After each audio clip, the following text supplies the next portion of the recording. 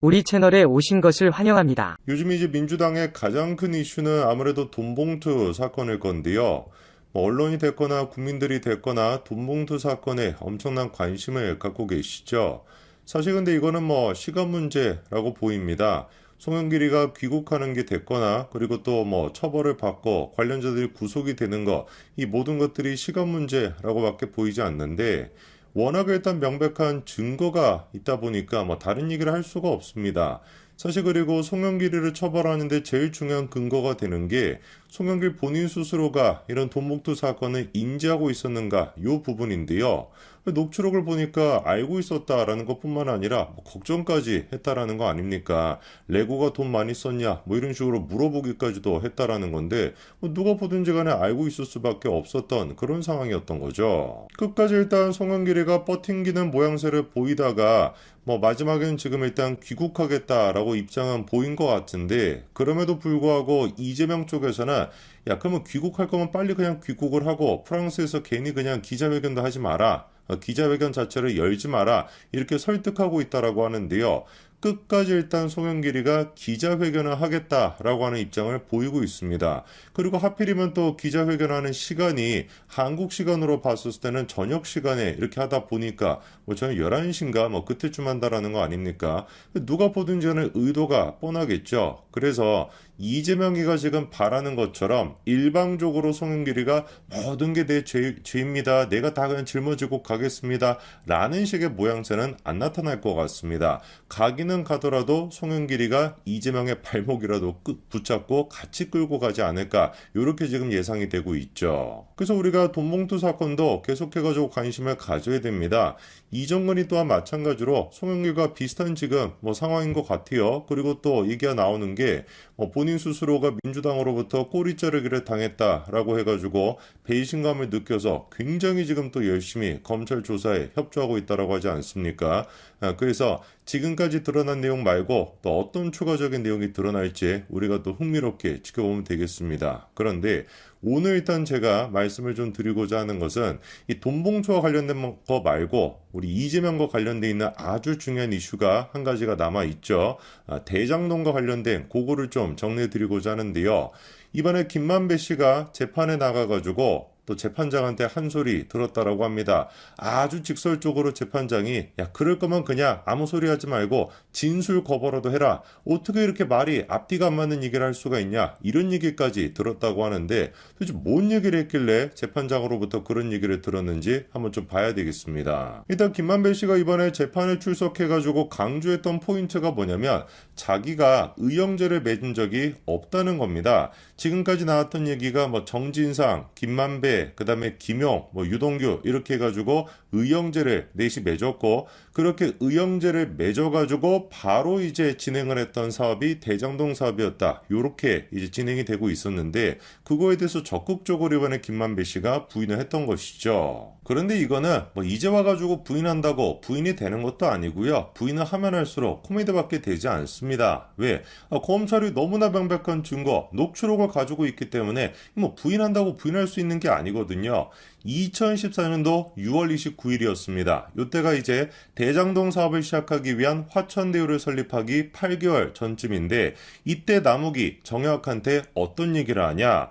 어저께 정진상, 김용, 유동규, 김만배 네 사람이 모여가지고 의형제를 맺었으면 좋겠다고 정진상 실장이 얘기를 해서 그러자라고 했고, 큰형님이시니까 만병이 처음으로 그때 정진상 실장한테 대장동에 대한 얘기를 했다는 겁니다. 사실 이게 이제 의형제를 맺었다라는 거에 진짜 중요한 내용인 거예요. 네 사람이 그냥 모여가지고 친형제처럼 지내기로 했다, 그 무슨 의미가 있겠습니까? 그 의형제를 맺었다라는 것 자체가 중요한 것이 아니라 의형제를 맺기로 하고 그렇게 이제 신뢰가 형성이 됐기 때문에 김만배가 처음으로 정진상한테 어떤 얘기를 꺼냈다? 대장동에 대한 얘기를 꺼냈고, 실제로 그로부터 8개월 정도 시간이 지나고 대장동 사업이 시작이 됐다. 요게 이제 논리가 진행이 되는 포인트거든요. 검찰 입장에서는 의형제를 맺었다라고 하는 게 요런 맥락에서 중요한 것이고, 그런 맥락에서 마찬가지로 김만배는 이거를 부인을 해야만 했던 것이죠. 그러면 도대체 김만배는 어떤 근거를 가지고, 검찰은 녹취록이라고 하는 명확한 증거를 가지고 얘기하고 있는데 김만배는 그러면 어떤 근거를 가지고 의형제를 맺었다라는 걸 부인하고 있는 것일까? 뭐 이런 식입니다. 나이 50 가까이 돼서 의형제를 맺는 게 쉽나요? 뭐 이렇게 얘기합니다. 지금 무슨 뭐 애 장난치는 것도 아니고 지금 뭐 재판을 받으러 가가지고 이런 얘기를 가지고 부인한다는 게 말이나 됩니까? 50이 됐거나 60이 됐거나 70, 80, 뭐 90이 됐거나 의형제를 맺겠다면 맺을 수 있는 것이지 뭐 나이가 뭐 얼마나 됐다고 막 의형제를 맺는 게 쉽나요? 이런 거를 가지고 부인한다는 게 말이나 됩니까? 터무니없는 얘기를 하고 있는 거예요. 그 다음에 이번에 또 재판에서 김만배가 권순희 대법관을 찾아가가지고 그 이재명의 선거법 위반과 관련된 대법원 심리가 나오기 전에 권순희 대법관은 몇 차례나 찾아가가지고 재판 거래를 했다. 뭐 이런 식의 논란이 있지 않았습니까? 그 부분에 대해서도 이제 검찰이 따져 물어보니까 김만배가 그 부분에 대해서 뭐라고 해명을 했냐?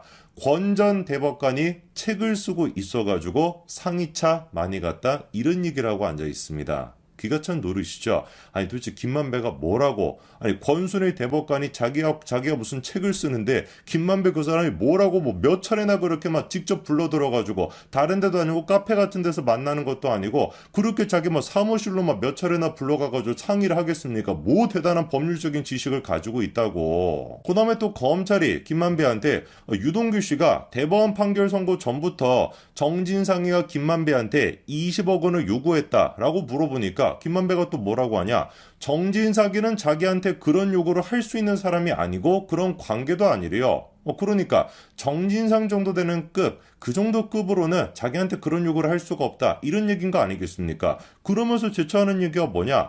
유동규 씨가 이재명이 대선에 나갈 건데 20억 원 해줄 수 있냐라고 물어봤다는 거예요. 그러니까 정진상이가 자기한테 20억 원을 요구했던 것이 아니라 유동규가 요구했다라는 겁니다. 말이 앞뒤가 안 맞지 않습니까? 아니 정진상 정도 되는 사람은 그 급이 안 맞아가지고 나한테 그런 요구를 할 수가 없다라는 것인데 유동규는 그러면 막 급이 맞아가지고 그런 요구를 할 수 있다라는 거예요? 터무니없는 소린 거죠. 계속 해가지고 김만배가 이런 식으로 말 같지도 않은 소리를 하고 있는데 지금 이제 김만배가 유일하게 자기가 이재명 측으로 전달했다라고 인정했던 돈이 얼마가 있었습니까? 4억 원 정도가 있었거든요. 그 4억 원에 대해서도 이번에 이런 얘기를 합니다.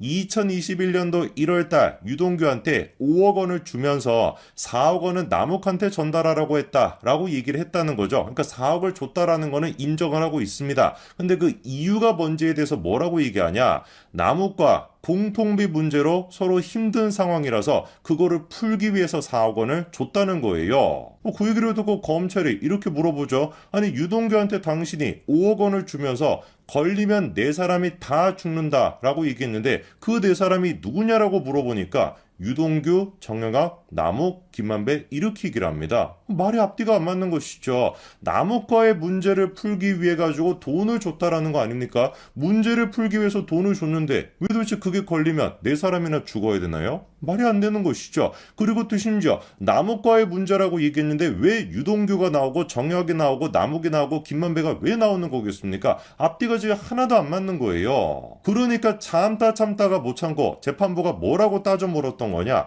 아니 4명이 다 죽는다라는 것도 그렇고 화해 제스처로 남욱한테 돈을 줬다라고 하는데 죽는다라고 하는 게 이 말이나 되는 얘기냐?